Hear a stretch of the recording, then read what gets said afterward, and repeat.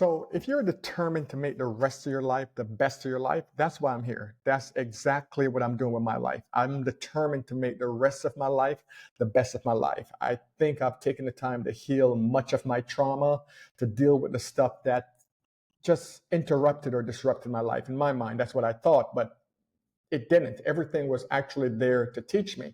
So today, I talk about there's 4 areas that we really need to pay attention if you want to have a really great life. And one of those areas is relationships. And a lot of time, relationships tend to be our most dramatic and our hardest teachers. There's always lessons to be learned. But the reason why relationships are so hard is because we tend to look outside of us. We never really want to look at our own crap. So we look at the other person that we're in a relationship with. And it doesn't have to be an intimate relationship, any relationships. But I'm going to use an intimate relationship in this example because most of the times that's where our toughest and strongest lessons are, that's where we learn them. So the thing that you're looking for in another person, you have to first be that. And a lot of times we never get to that point where we're introspective. We never realize that if we're triggered by someone else, it has really not much to do with the other person. It's more about us. What wound are we hiding, or what wound have that person run up against? You have people.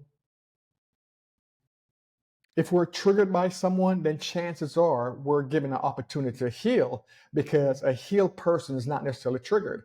I have people who said, well, they're black, and they said, well, if a white man called me the N-word, and they get upset. I'm like, why would you even care about what a stranger thought about you? It wouldn't even matter to me. It's irrelevant. Something like that could not disturb my peace, but I wasn't always at that place. And my mom passing in 2020 really had an effect on my life, because I watched my mom. My mom had a good heart, but she had a lot of trauma. And because she had a lot of trauma, she lashed out. So with her mouth, she would really cut you apart with her words, and she never apologized. She was never introspective enough, and her ego could not deal with the fact that she was wrong. So her apology would be, oh, if I said something to you, or it would not be any accountability. And I watched my mom die. I was the only one in the house when she passed. I was just there with her every day. And my mom passed, and I knew she wanted someone to be there with her by her bedside, a mate that she loved, a man that could wipe her brow. And she never had that. She died unhealed.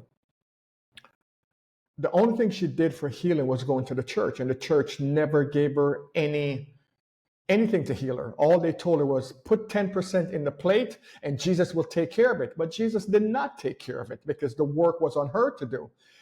There's another young lady that I know. She's probably about 40 right now, has 2 different kids by 2 different men, and she's into the church as well, and she's looking for a right guy.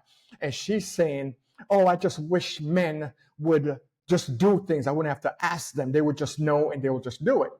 Now, that's a Disney fantasy. It doesn't work like that. Men are not intuitive like women are, and we're not clairvoyant. So if you want something to happen, you got to ask us. I know it sounds, well, that doesn't sound romantic. That doesn't sound romantic. But even the idea of marriage and romance, Disney made that up. Marriage was a business where, okay, I own some land, and you own some land, and we want to conquer the land over there. But we're always at war. So I'm going to have my son marry your daughter, and we get together and we go conquer. It was a business deal.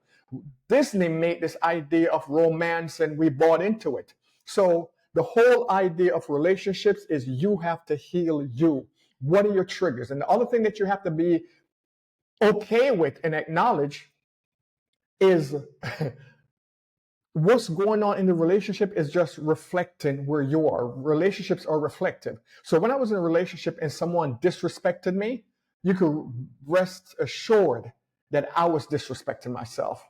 You could rest assured if I'm in a relationship and someone didn't value me, I didn't value myself. It was always reflecting the areas that I needed to heal, but I'm projecting, oh, she needs to do this and she needs to do that, and I'm just projecting. as I got quiet and started looking at, okay, Kirk, where are the areas that you need to heal? This is Jamaican accent. Where are the areas that you need to heal? What is it that you can do to be the best version of yourself? Whenever I'm in a relationship and it ended, I didn't jump right into another relationship. I would take at least a year off being reflective and healing that part of me that made sure that relationship didn't work. So most people are not willing to do the work. But I'm saying to you, if you want to make the rest of your life the best of your life, you're going to have to be introspective. You're going to have to ask yourself, why does that bother me? Why is that triggering me? Why am I upset about this? Why am I losing my peace? And take your time and look at what's the recurring theme in your relationship. The recurring theme in my relationship a lot of times was it was showing me areas that I didn't value myself, place where I settled for stuff that normally I would not settle for. So I don't want to make this too long, but that's the thing. If you want to make the rest of your life the best of your life, you have to get introspective. You have to really look at what is it that you're bringing to the table, where you heal and where you unheal, and what are the boundaries. What are you willing to put up with and what are you not willing to put up with? I had a lot of friends that would get triggered, and at 55, I can't deal with the whole trigger bullshit. Trigger is something for you to learn. What is it that you need to heal, and where are your demons? And I have quite a few friends who they get triggered and they're always triggered. And at 55, I'm not willing to deal with that anymore. Being triggered is the universe asking you or showing you where you need to heal. And I'm not willing to have people put that on me. Oh, you said this, you did that.